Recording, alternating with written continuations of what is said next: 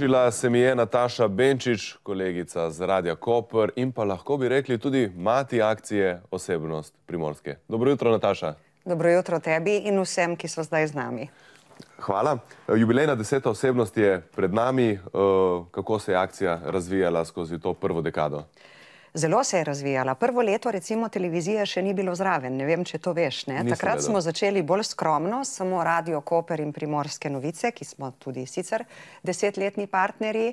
Potem pa prihodnje leto, drugo leto, ste že vstopili v zgodbo vi in od takrat zgodba samo raste. Odlično. Kako so se pa z akcijo poistovetili Primorci in Primorke? So jo vzeli za svojo? Zelo so jo vzeli za svojo. Mislim, da je podatek, ki, če dovoliš, da ga povem, da je dvorana že od včeraj razprodana, dovolj zgovoren. Radi imajo to akcijo Primorci in, oprostite, tudi zelo glasujejo za svoje Primorce.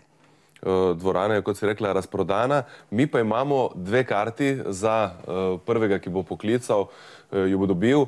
Mora pa seveda povedati, kdo so njegovi letošnji favoriti in kako vse skupaj dojema. Zadnji 2, Matej, veš? Zadnji 2.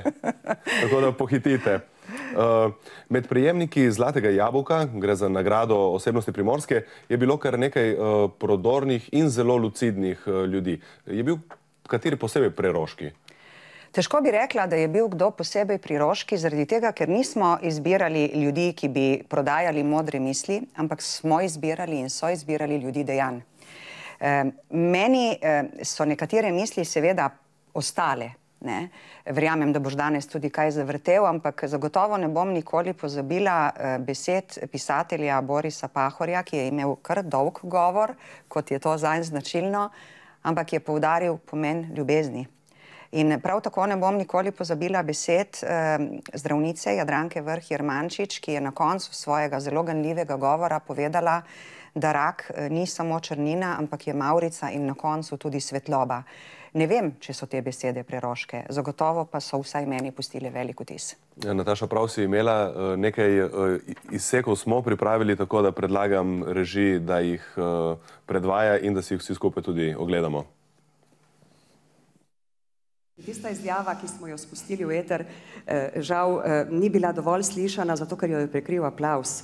Ampak, če dovolite, bi ponovila, obljubim, da se bomo za paciente potrudili še naprej in naj bo ta zgodba, ki se je zgodila z operacijskimi mizami, opomin, da se v zdravstvu in v tej državi tako ne sme delati.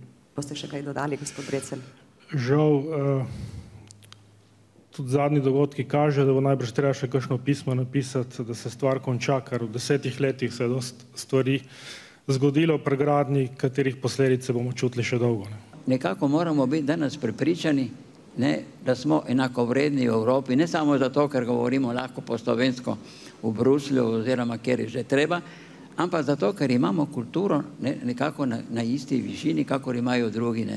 In ta, bi rekel, primorski del Slovenije v tem smislu je tisti del, ki je bil zmeraj odprt do drugega, zmeraj odprt do sveta, je res.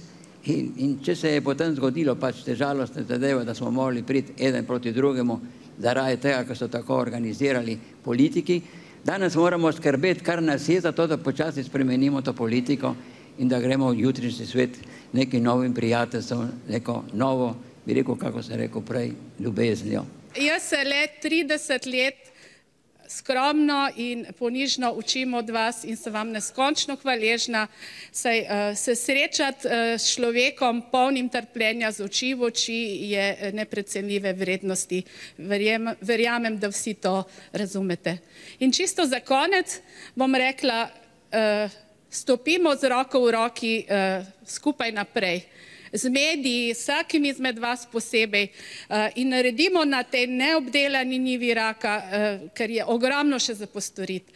In samo še en stavek, rak ni le črnina, je pisana široka mavrica barv in verjemte, na koncu je tudi svetloba.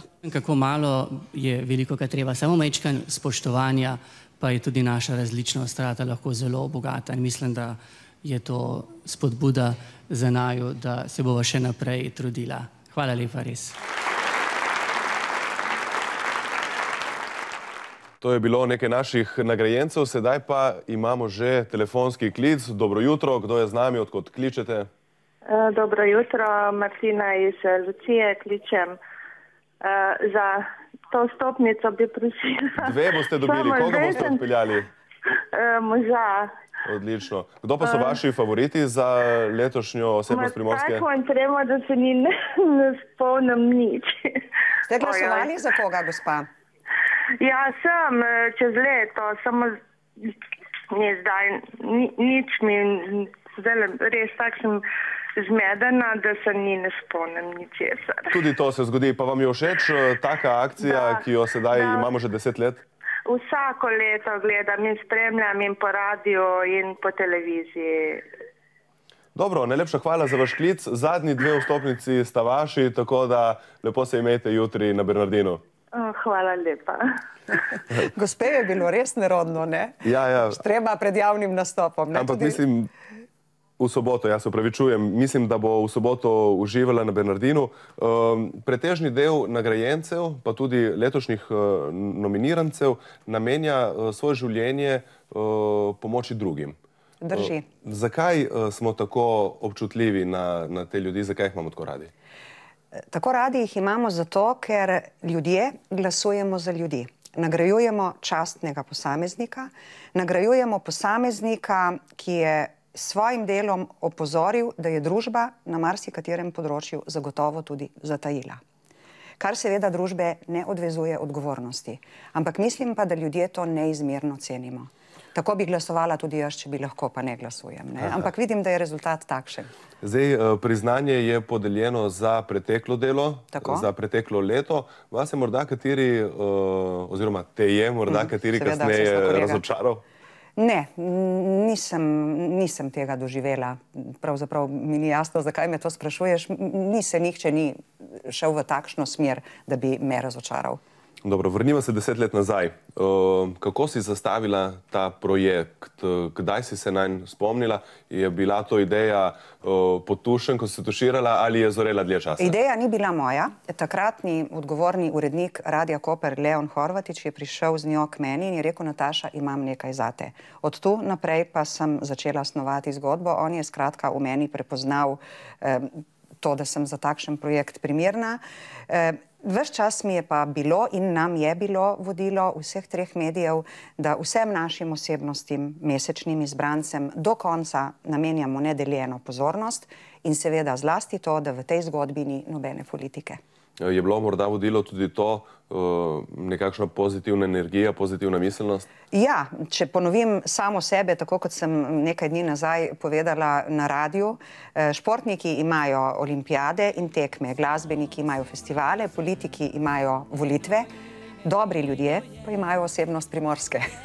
Lepo. Kaj ti akcija pomeni z profesionalnega in kaj z osebnega vidika?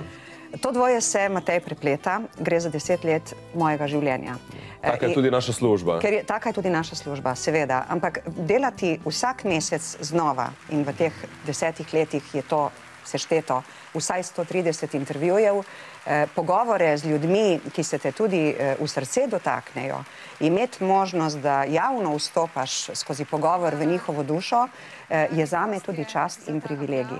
Mislim, da sem skozi to akcijo zrasla kot novinarka, ki nikoli ni bila zelo klasična informativka. Takšni projekti so mi veliko bolj blizu, pa tudi kot človek. Kajti spoznavati take ljudi, se z njimi pogovarjati, pa to je nekaj zelo lepega. In zrasla si verjetno tudi kot voditeljica, televizijska, ne samo radijska. Ja, kar ni moja primarna poslanstvo, saj sem radijka, verjetno, ja. Ampak imaš izkušnje s televizijo? Imam, bila sem tu, preden si ti prišel v to hišo, kakšna 3 leta, pred veliko leti. Ok. Tokratna 10. izvedba bo potekala na Bernardinu, odslej so bile vse v auditoriju. 9 jih je bilo v auditoriju in neizmerno smo hvaležni auditoriju za gostoljubje in sodelovanje v minulih letih. Zakaj pa ta sprememba? Zato, ker je dvorana preprosto premajhna in tu prideva spet do tvojega prvega vprašanja. Ljudje imajo ta dogodek bodisi na frekvencah ali pa v živo tako radi, da ne pridejo vsi v dvorano in so bili pogosto tudi kar malo jezni na nas. Dvorana na Bernardinu je pa neprimerno večja in, kot vidiš, razprodana, kar pomeni, da bi mogoče šli lahko kasneje tudi na kakšen stadion, kdo ve. Ja, mogoče na kakšen pokrit. Ja. Deva za pokušino gledalcem povedati, kaj lahko pričakujejo od same prireditve v soboto. 2 orkestra. Mi smo izbrali glasbenike, ki so sodelovali z nami v minulih letih. Obalni komorni orkester in Big Band Roberta Vatovca. Vedno delamo z domačini, s Primorci in smo ponosni, da jih lahko lansiramo tudi na frekvence nacionalnega medija. 5 pevk in 4 pevce, to so najboljši primorski vokali. Dirigiral bo orkestroma maestro Patrik Greblo.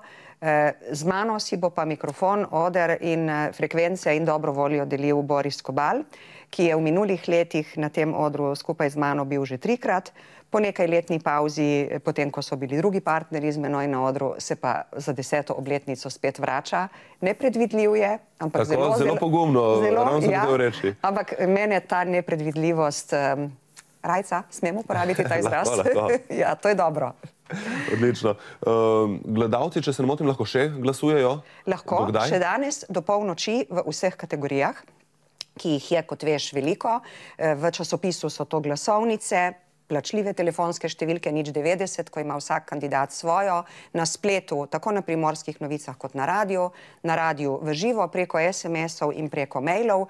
Zakaj imamo različne kategorije? Zato, da se približamo čim več ljudem. Mlajši mogoče raje glasujejo elektronsko, starejši morda raje izrežejo glasovnico v časopisu in tako pridemo do zelo lepe številke na koncu leta. Ne poznam točne, ampak zagotovo jo merimo v tisočih. Komisija pa to seveda vse budno spremlja. Naša želja je, da se z različnimi kategorijami glasovanja in glasom komisije približamo čim več ljudem. En človek, en glas?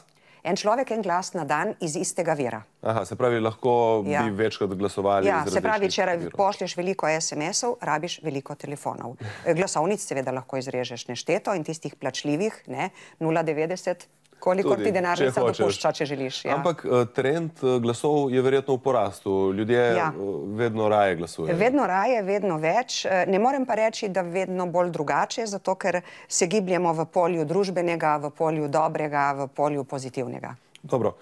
V soboto se zaključuje prvih 10 let. Imaš morda načrte za naslednjih? Ja, takoj v začetku februarja že prvi razgovor z osebnostjo meseca januarja. Od tam naprej pa bomo razmišljali, kako dalje. To itak se nam obetajo morda kakšne spremembe? Težko bi rekla v tem trenutku, pa tudi o tem zdaj ne razmišljamo. Zdaj je 10. jubilejna pred vrati. Naši južni brati bi rekli o tom potom. O tom potom, ja. Nataša, hvala, ker si prišla in veliko sreče in uspeha še za naslednjih 10, 20, 30 let. Hvala lepa.